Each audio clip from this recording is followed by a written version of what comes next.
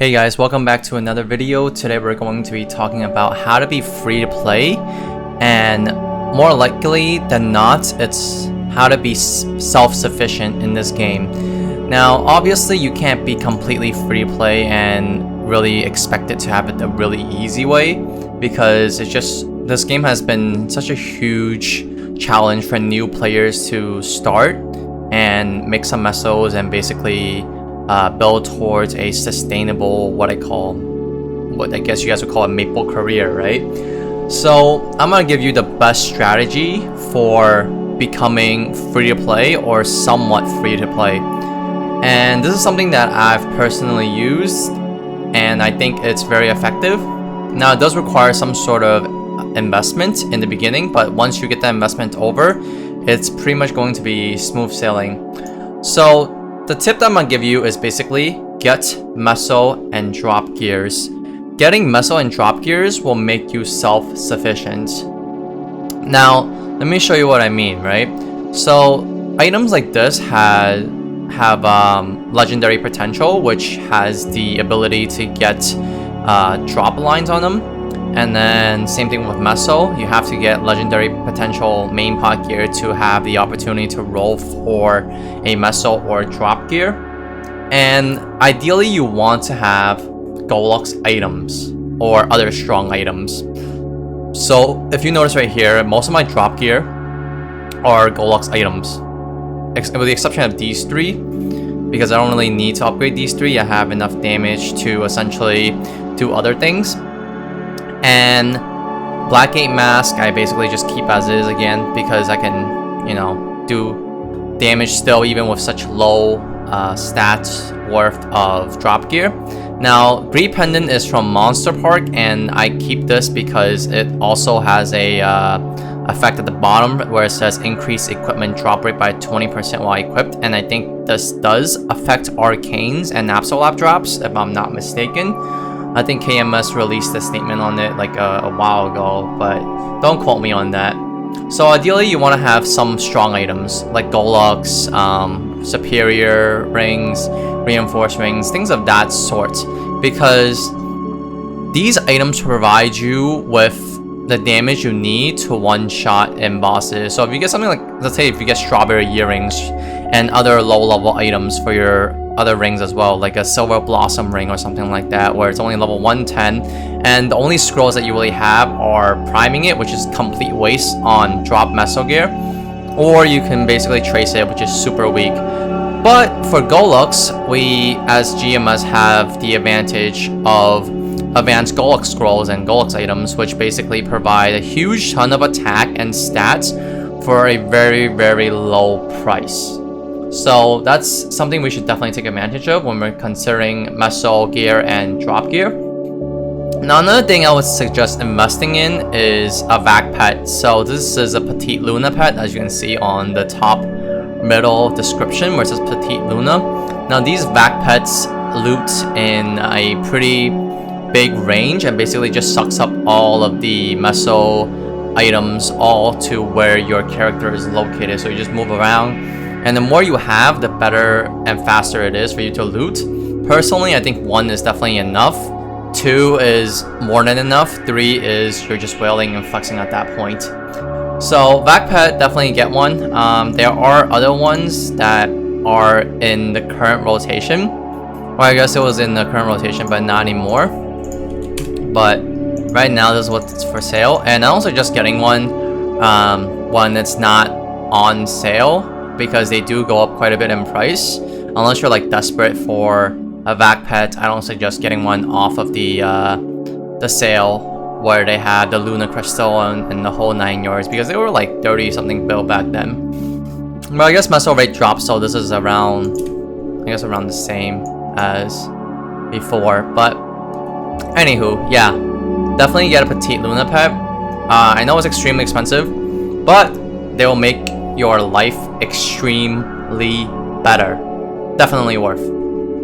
And obviously, you know what I'm telling you, it definitely requires some sort of investment, but in the long term side of things, if you just look back, you'll be able to see the amount of money that you saved, and you'll see the return on your investment on these items.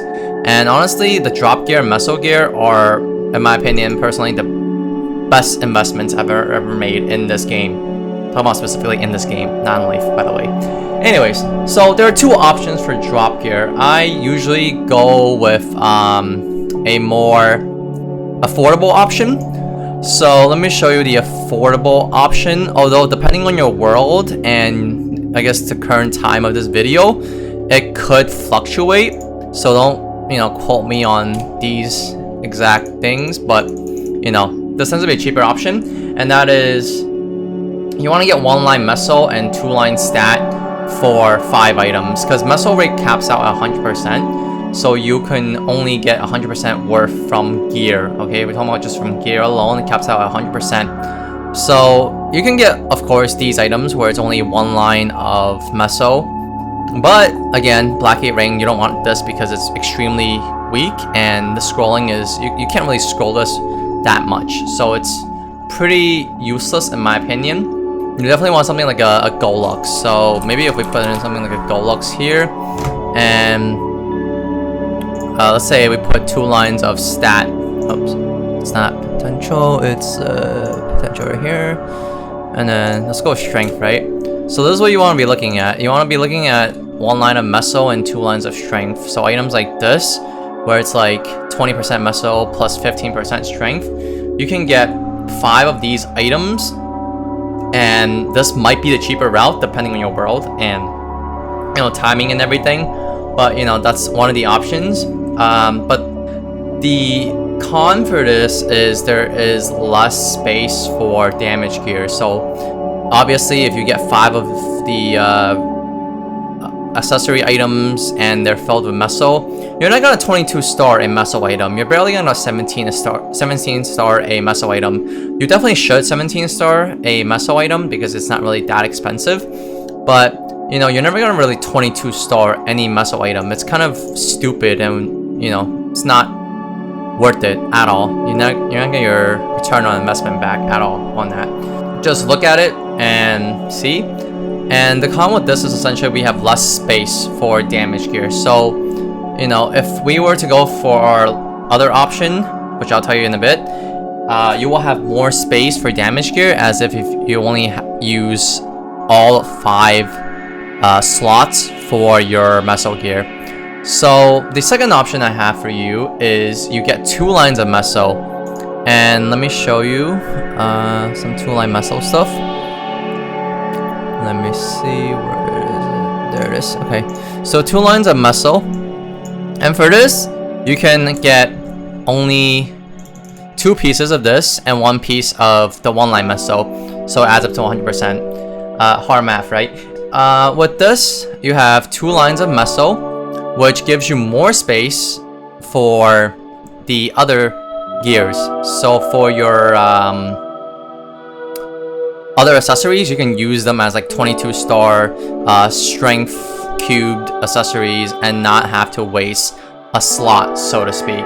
And this sometimes might be the cheaper option, all things considered. It's definitely not cheaper with that 1 piece, because 1 piece is like 20 bill, right? Automatically off the bat, that's 20 bill. Whereas the other item is like 5 bill. But keep in mind, for the other item, you have to buy 5 items of X, Y, and Z, whereas for this you only have to buy 2 items plus another one of those 1 line meso and 2 lines of stat.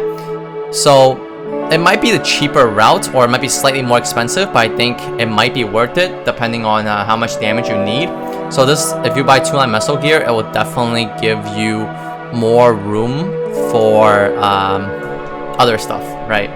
So that's definitely what you want to look at. Sometimes if you have enough money, I would suggest getting 1 line of stat on top of it as well.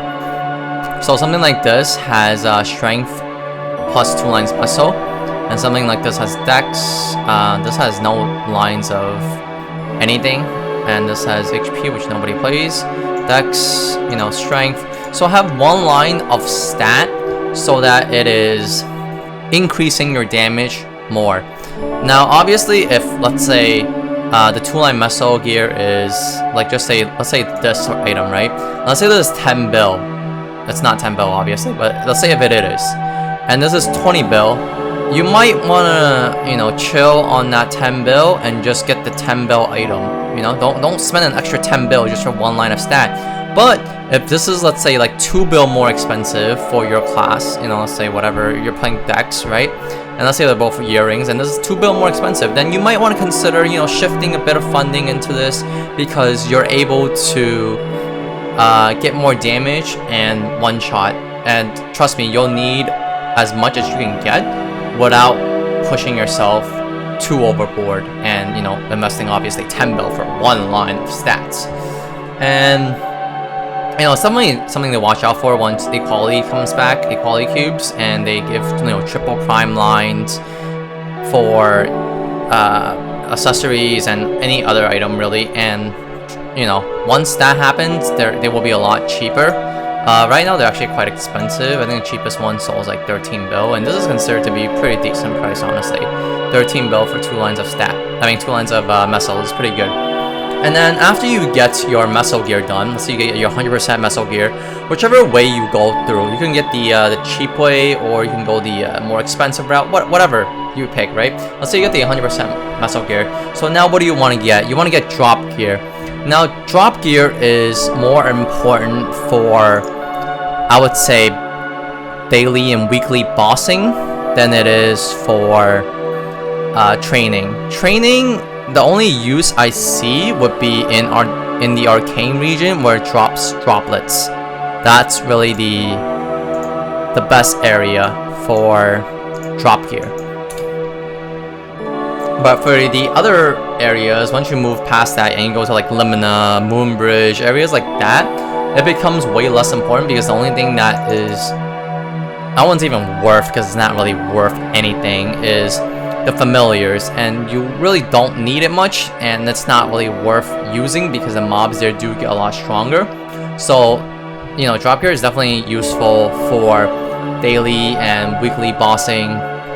It's not that useful for training unless you're farming in the arcane region and you're training from you know, Arcana, Esphera, places like that, right? That's when it's really good for training. And if, let's say, if you train more than you boss, then you definitely want to invest in Meso gear first and then drop gear later. But if you are doing the other way, where you're actually bossing more than you actually train, then it's definitely worth investing in drop gear first. Now drop gear, I think it caps out at 300%, so you basically can go crazy on it, but don't go too crazy, because they aren't super duper good where, you know, you see a lot of investments up front. I don't think you need more than 100 or 80%, to be honest. Anything beyond that, it just becomes whale territory, and I don't think you really need it, to be honest. But you can, you know, it's your life, do what you want. But it goes up to 300% as far as I know, unless they changed it. So yeah, drop gear. Again, you can get 1 line of stat like this with like 1 line drop, 1 line luck, or you can just get, you know, things with 2 lines of stat. Same thing here. 1 line of strength, and then put another line of strength on top. You can get these as well. Personally, you know, if you're not training with these, you don't really need the extra lines of strength. Just get 1 line of drop, and this should suffice if you're just doing like daily and weekly bossing, to be honest. Because, you know, it's just, I don't think it's worth the money, because you can just switch gears, if anything, at the end. It's not only worth the double investment or however much you're putting into it just for the extra stat line.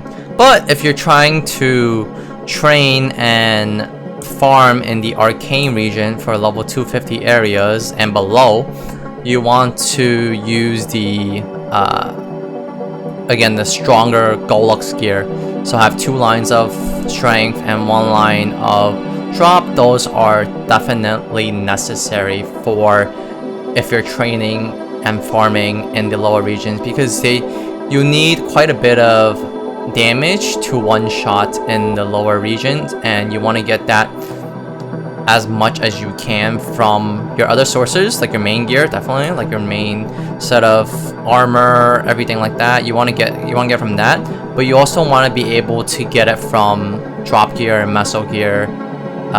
When push comes to shove, you'll have more damage. And again, if you're training, you want to use meso gear first, and you don't want to use drop gear until you're basically one-shotting on a consistent basis.